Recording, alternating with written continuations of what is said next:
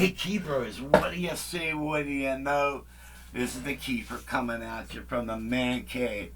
Well, first of all, I want to apologize because the last video I made, my vocal volume was a little bit low, and that was due to the fact that I used the camera Saturday to record my band, and I had to bring the levels down on that. And then when I made the other video, it's my dog freaking out. When I made the other video, the one here in the cave, I forgot to turn the mic levels up. So that's why my mic levels were a little bit on the low side. So, but, well, hey, we're in the man cave, and here, let's do a little, bring this up here a little bit. Here we go. All right. Okay, I did a little zoom each. And let's bring the camera down a little bit. All right. There you go. You get to look at my wonderful, fabulous face. You know what I like? Good line to give to a woman. You walk up to a woman and say, "Darling, looking into your eyes, I see the reflection of me, and I look marvelous." So, but anyway. My Amazon order came today. Got toys. And what did I get, you may ask? Well, more LED lights, 200 feet of them, and I got 200 feet of LED lights. I got the remote to control, a power supply, all right, and then this little white box, all right, and your LEDs plugged into that, and then I guess this one controls your remote, all right. Check this out. So 200 feet of LED lights. They're all multicolored, and remote, power supply, $12, Amazon, all right. And what else did I get? 900 piece. These are black screws. These are self-tapping screws. They're all different sizes, but there's 900 of the little Bastoids in here, and they're all black. And I can use these in my construction of various items. All right, and then I got. Now I like to build those L pads. Well, I just used the last of my 100K pots. So here we go, a bag of 100K pots. I can build a lot of volume controllers, yes. All right, so these, what I got, and then. Well, probably by now, you all know that I'm not normal. I mean, come on, it's obvious. If you guys been watching me for a while, you got to know there's something wrong with me, And I don't apologize. I never claimed to be normal. I don't even know what normal is. But I am addicted to nicotine. But I survived the 80s, and I no longer need the cocaine because it was give me more. So this is the last of my vices. So, but let's talk about my problem. All right. Well, I create and I build a lot of stuff, and but it's bad. My problem is bad because I can't be normal. And I'm gonna give you an example. Like even simple things like stuff like my wife will ask me something like, "Hey honey, do you have any more of those AA batteries?" And I'll say, "Yeah." And I says, "Why?" She goes, "Well, I need a couple for my remote." And I have them stockpiled downstairs because she goes through them like ice, And but look, now he found a toy and he's gonna make noise. So in order to hand my wife 2 AA batteries, I had to make her something to hold the batteries, all right? So I made this, all right? And it's a block of wood, and then the front slides open like that, all right? And then the batteries are inside of it, all right?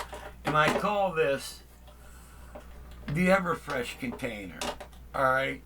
And I says I given her batteries, I put them in what I call the Everfresh container, and I claim that these keep the batteries fresh for her, all right? So, but like one time in the bedroom, she asked me to lower the TV, so we had a portable TV on the dresser. So I took the TV and I put it on the ground and walked away. And she's yelling at me, but I did what she asked me to do. One time she asked me, we were sitting at the kitchen and we had dinner rolls, and she says, "Keith, give me a roll." So I jumped off my chair and I rolled around on the kitchen floor. And she's looking at me like, something wrong with you. So that's what it's like being married to Nick. But, well, let's talk about, I got one other thing I want to bitch about, because this really bothers me. And hold on a minute. Hey, Rocky, give me that. Oh, you little bastard. What's that? Give me that. Go ahead, bring it here. Oh, he knows I'm going to take it from him. So, here's my complaint. All right. I saw a Taco Bell commercial. All right. And they show these musicians starving. And they're on the road, and the only place they can eat is Taco Bell because it's cheap. Well, to be honest with you, I found that quite offensive. All right? I'm 66 years old. I started playing when I was 12 years old. At 12, I was playing with guys twice my age. All right? I come from a musical family. I'm going to kill my dog. I don't want to kill him. He's forcing the killing from me. Here, bring that here, Rock. Rocky, what do you got? Come here, Rock. Come on. Come on. Good boy. Come on. Over here. All right. So. All right. Now I got the monster. Okay. So, I've been playing all my life. And let me tell you, I never starved. I've always made money playing music. And I don't like the fact that they're portraying musicians as starving musicians, because, I went on the road. I stayed in hotels. I had room service. I never starved. When I was in high school, I bought a brand new van, all right, in my senior year for the money I was making playing music. So I really don't appreciate people saying that we're starving musicians, because I never starved in my life. Praise the Lord. And so, I wanted to get that off my chest, because that really bugged me. And so I got that off my chest. And so let's talk about some more stuff. All right. So maybe I held him long enough. Maybe he'll forget about. What I do is I take an empty pop bottle and I stick kibbles and bits in it. And as you can tell, now I stuffed this bottle last night, and he played with it until he got tired of it. Now he's back at it, because I made a video. All morning he was quiet, but the minute I make this video, it's weird too. It's probably 8 out of 10 videos that I make, he's in it. He's like a stage hop. All right. Next. If a lot of you guys have a lot of keyboards, what I recommend is getting a notebook and put little page dividers on them. And every time you discover something this keyboard does, write it down. Because at my age, I always delude myself. I'll say, yeah, I'll remember how to do that. What, tempo change in the sequence? I'll remember that. No, you won't. Because, I made a video on it, how to change tempo during a sequence. I made a video on it. And you know how many times I watch my own video? A lot. Because, I keep forgetting about it. But every time you discover something about your keyboard, be nice to keep a notebook, all right? Then also, I have another little thing here. It's a little tiny book, and it's just a little notebook, you know. And what I do is this is for the Triton, all right? If you look at it this way, it's the Triton, but if you turn it the other way and use the back of the page, it's now the Phantom, all right? Which now, that's what we're going to talk about. The way Roland depicts their Phantom keyboards, all right? Now, I have the very first model, all right, which is the Phantom, all right? Or sometimes it's referred to as the FA-76, Phantom FA-76, all right? Then they came out with other models of the Phantom, like what the Phantom G, which is supposed to be like the best Phantom, Phantom X, and I guess there's other models, all right? And according to Mr. Diaz, then they came out with the FA-06, FA-08. Then a couple months after that, they came out with the FA-07. But they didn't call it Phantom, but it was a Phantom keyboard, all right? But they were having some type of legal issue with using the name Phantom, all right? So they ended up calling FA-06, FA-08, FA-07, all right? Then they resolved that. Then they came out with the newer Phantoms, all right? So they came out with the big Phantom, which is like they were trying to be like a Cronus, all right?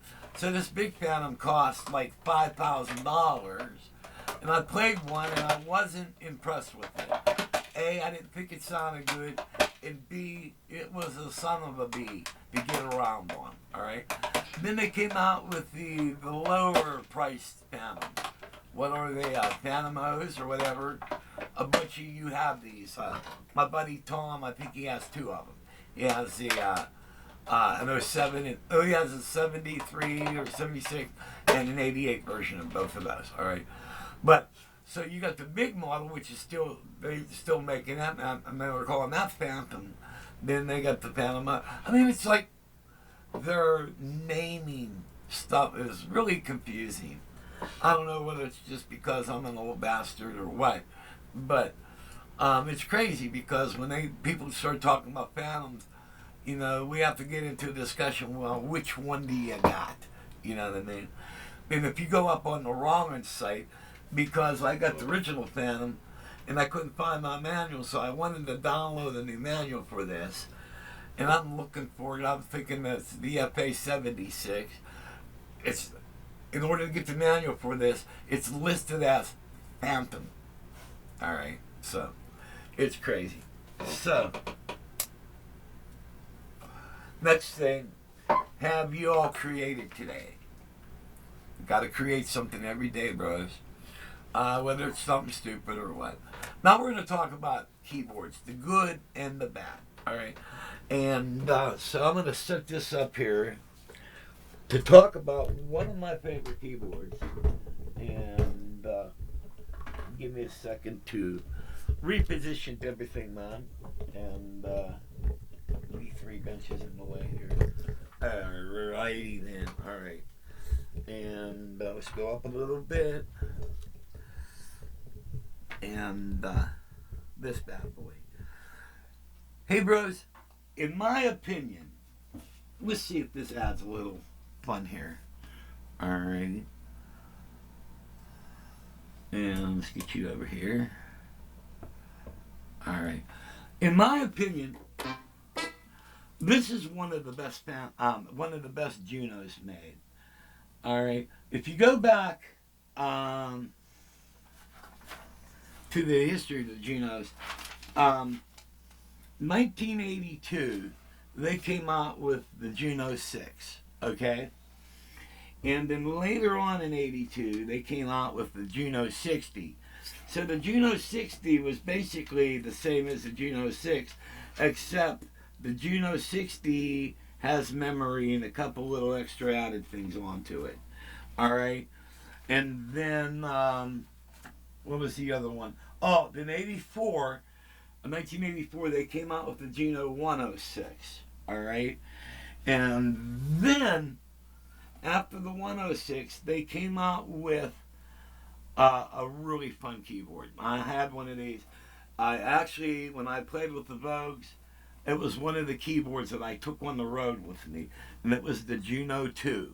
All right, and that's when they went with the membrane switches. All right, and so, I mean, I believe that would probably be about 85, 86 when they came out with the Juno. They had a Juno Alpha and a Juno Alpha 2. All right, I think one was like a 50 note keyboard, and then the other one was a 61. All right, and that was a really cool keyboard.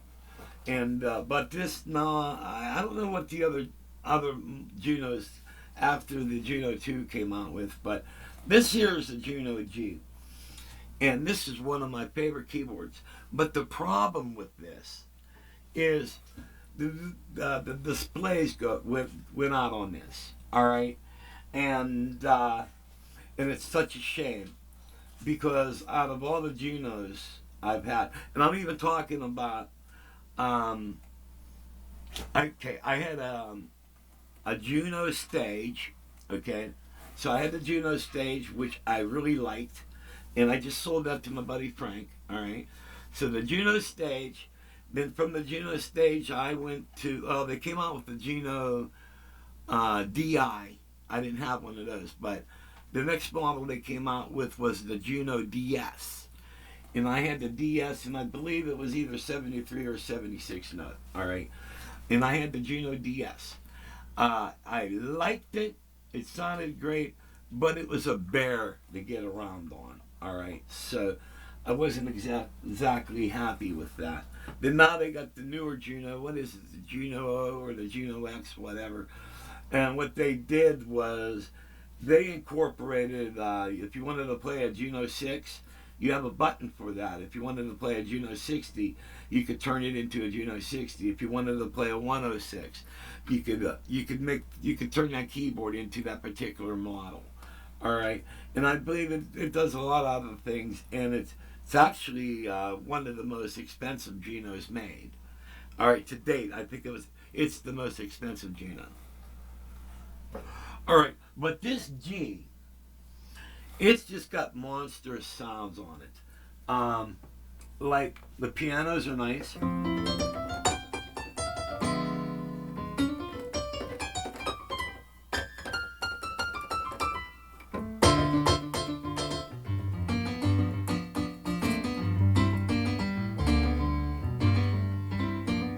Now, this is a homemade rock on it, and it's very bouncy, but I never play piano on it. But it's got.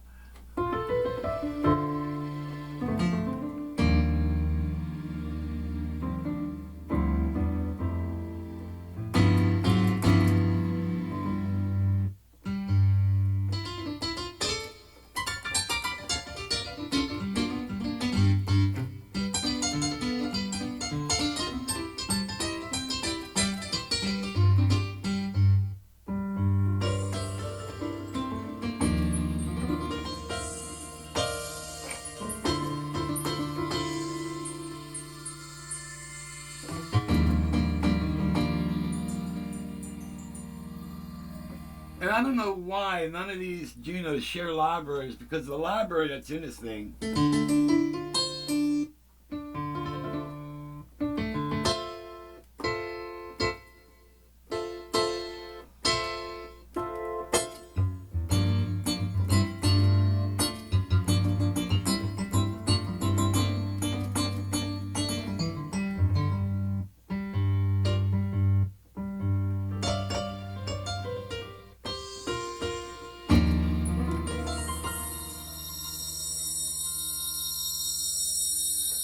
It's got so much stuff, and it also has what they call a song recorder. And in the song recorder, you could it's got places on here where you could do you could put audio in this and record it, and it looks like you could record 4 audio tracks. All right, but what's really nice on the sound modify, you got 6 knobs. You could really mutilate a sound. A good example: if you go in the synth.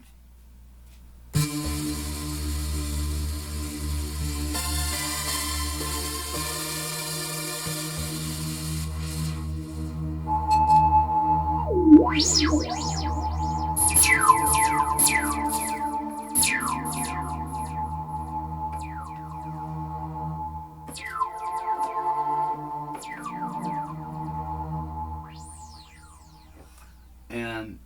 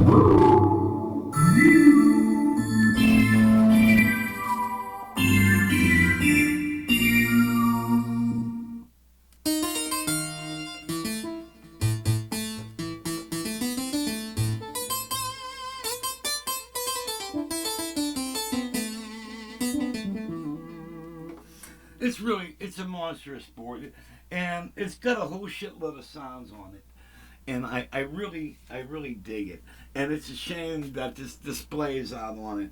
Now I got this thing at a pawn shop. All right, and let me go back down here so I can sit down because I'm old and ugly and I dress funny. And kill this light, and there we go. And so I got it at a pawn shop for $100. But if you look at the keyboard, it's brand new. I mean, there's not a scratch on it. The only thing, the display don't work on it. Now you have category buttons, and I did use it out. The horn section on this thing is unbelievable, and it's got like really cool stuff on it. And like you can put a horn part in. If you hold the note, it will do the horn part. Like, wow. You know, I could bring that up. Let's see. Brass, where you at?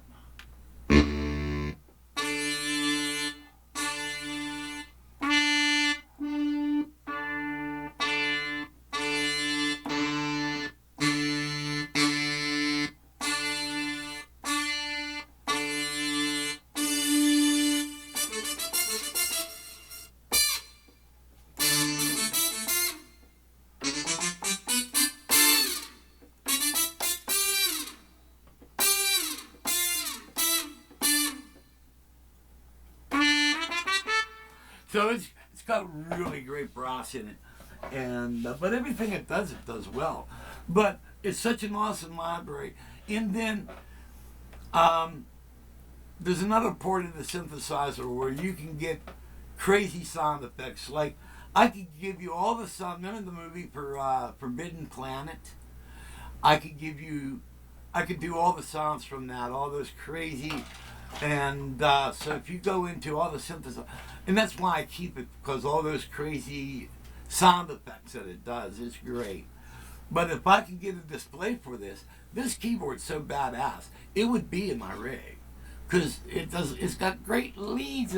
I mean, the stuff it does on it, and it's so user friendly to play live. You can manipulate your sounds on the fly, and I just love that. But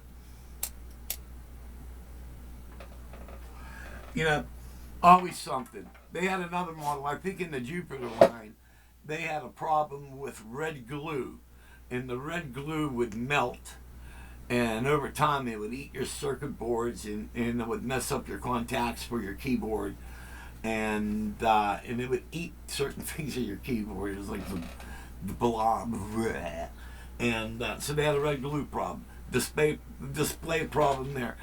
I tried to find a display for it, and I've been unlucky. But since I'm like messing around with all my keyboards, I'm gonna call Centaur again. Maybe they found a vendor that has a display for this. So, but it's such a badass board. But you know what I mean. And I don't understand. It's got such a great library in it, and if my Juno Stage or my Juno DS had this library in it, it would still be here. You know what I mean? And don't get me wrong, what's in the keyboards are good. But this smokes what all the newer ones have. The library in this thing's phenomenal. And I never did take a peek in the back of it to see. I know it has to have expansion boards because there's like over 3,000 sounds in this thing. So that's the Juno G. And there's always, I don't understand why, you know, they come out with something, they have a lot of good ideas with it, but then they come out with the newer model, and the things you like about the older model is not in the newer model. You know what I mean? Like the, let's talk about the VR09. By far, the VR09 is the most quirkiest keyboard I ever had. All right? And, you know, it seems like when I play live, there's a volume control. The patches are all over the place. Sometimes they're too loud. Then you know, you arrange them. Well, you pull up the patch, then you bring the volume down on it, then you rate that in. But then when it comes time to use the patch, now it's too low. And then you try to bring it up, and you bring it up, then by the end of the song, you have the volume where you want. And sometimes you have a little time between songs, so you hurry up and hit right and save it all over again. But the next time you play out, it's that change you recorded, it's still not. So so there's a lot of quirkiness in the keyboard. It sounds good. It's got a great polysynth in it, but there's a lot of issues. You know what I mean? And actually, I don't play again until February, in the middle of February. So I'm actually just the last gig I played, I had so many volume problem issues with it.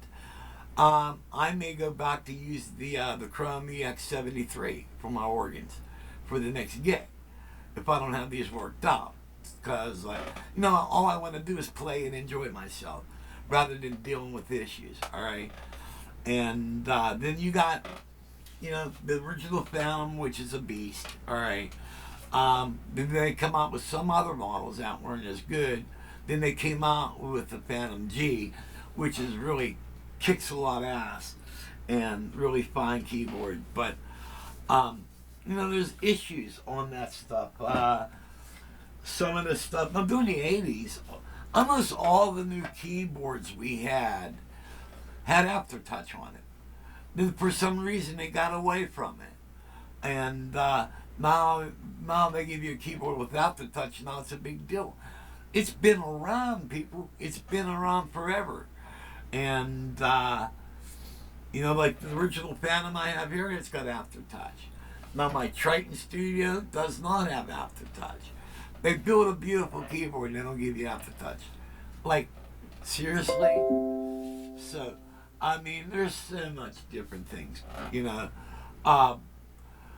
It seems like, you know, a lot of my buddies that I talk to, most of my friends are keyboard players, and, you know, the consensus of all of us is keyboards are going backwards.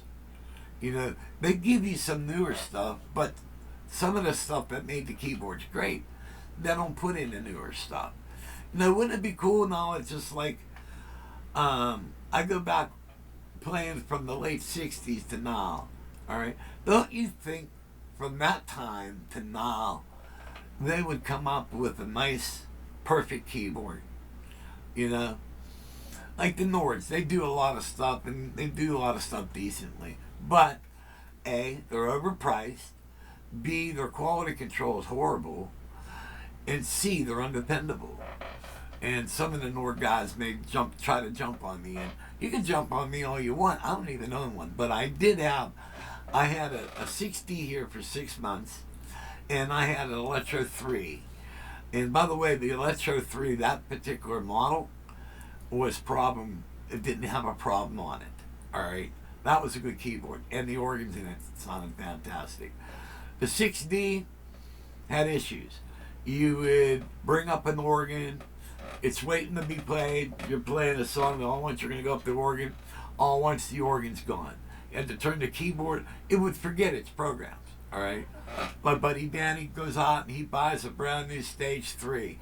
came from the factory missing a knob, all right, then it would forget programs. So Danny brings it up here.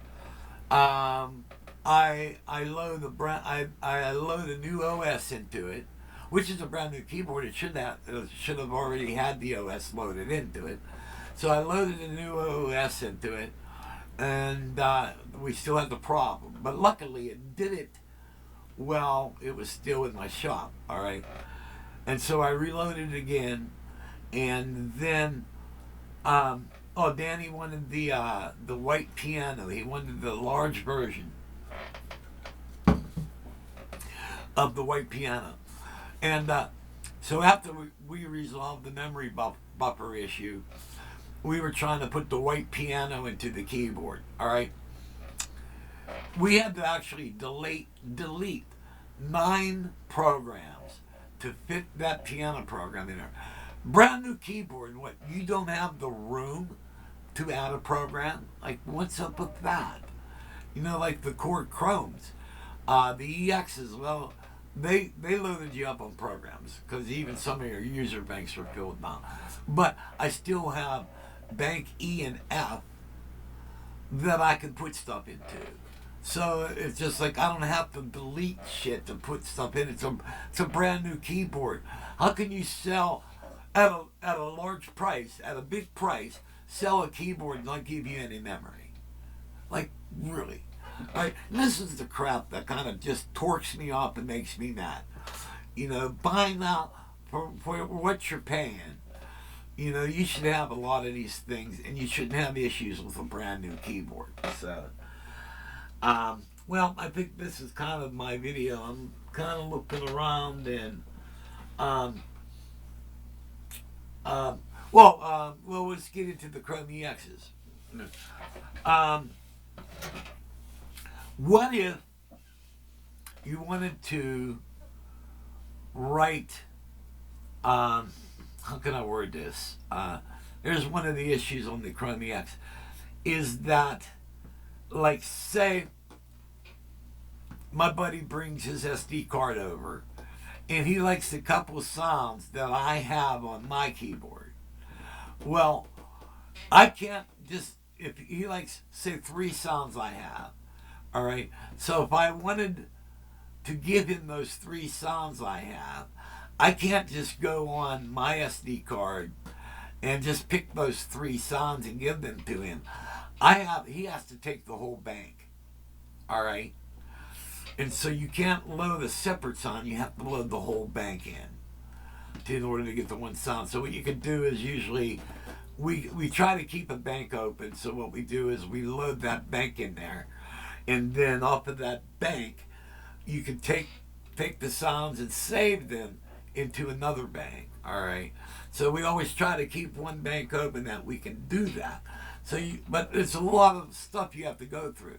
So, like if Danny likes one of the sounds I have to take, say if it's F bank, all right, I have to go and I have to load my entire F bank into his E bank.